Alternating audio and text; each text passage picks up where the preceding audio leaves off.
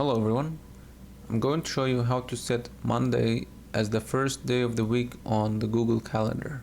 So I'm gonna go to the Google Calendar. You're gonna see by default it's set Sunday as the first day, and then Monday, Tuesday, Wednesday. So I can change it so that Monday will show the first day and then the rest of the days. So just click on these three bars and then scroll all the way to the bottom, and then click on settings, and then click on general,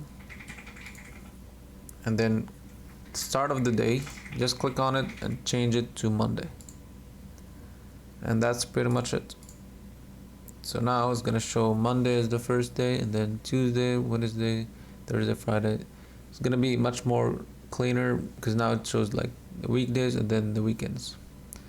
That's pretty much it for the video. If you found it helpful, please subscribe to the channel. Thanks for watching.